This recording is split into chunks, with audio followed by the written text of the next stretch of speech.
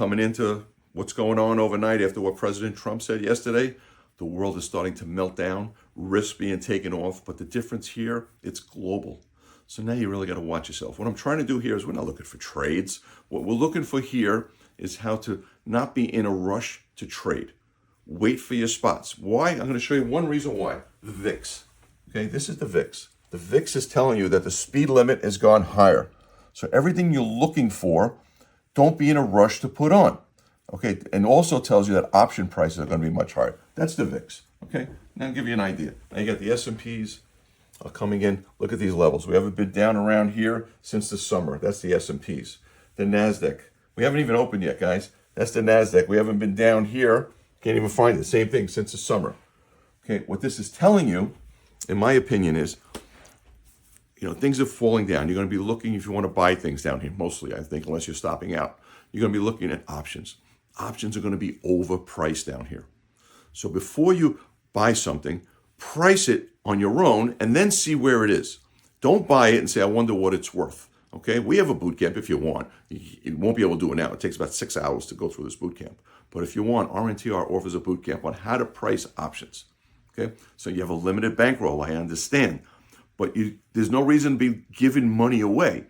Just don't put the trade on or put a small amount of shares. If something is $2, but it's worth $1.25, no reason to be paying $2. But if you don't know it's worth $1.25, fine. You know when you'll find out what it's worth? If it starts to work. You say, why isn't this option moving well? Like it should be. That's what point I'm trying to make. When the VIX moves out like that, it tells you every option is overpriced.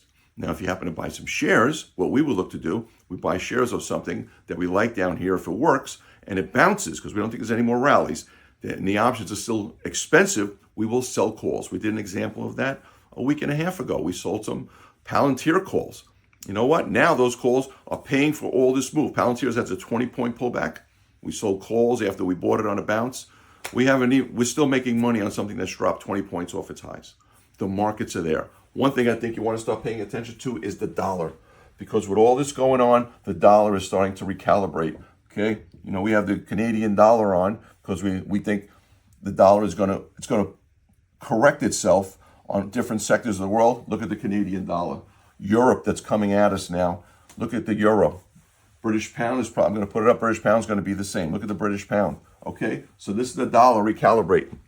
If the dollar recalibrates, the first thing you got to look at is what does everybody in the world use? What's global? It's commodities.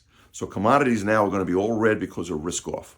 Okay, the board is red because of big name stock selling. Mutual funds that have Apple and Google and Nvidia in there, they're forced to trim today or even liquidate. So the whole board will be red, it'll be risk off.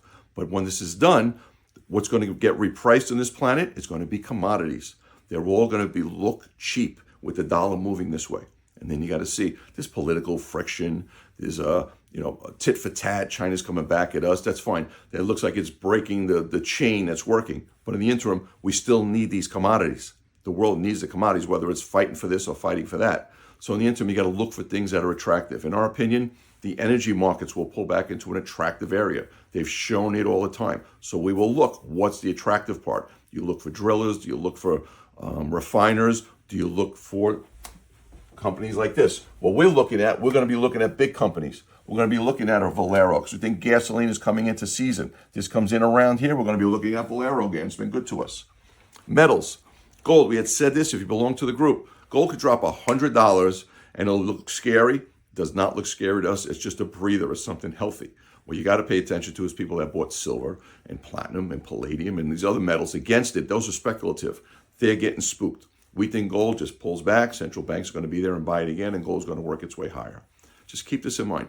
The recalibration of the dollar will cause every commodity down the road. I don't mean today or tomorrow, but I think very soon, within a week or two, commodities are going to look cheap. What you got to do today is don't be in a rush to trade. If you want to join the group, I'll tell you, today we're going to put it in capital letters, the word patience. Something we teach each other every day. Patience today is going to be in capital letters. Let the markets come to you.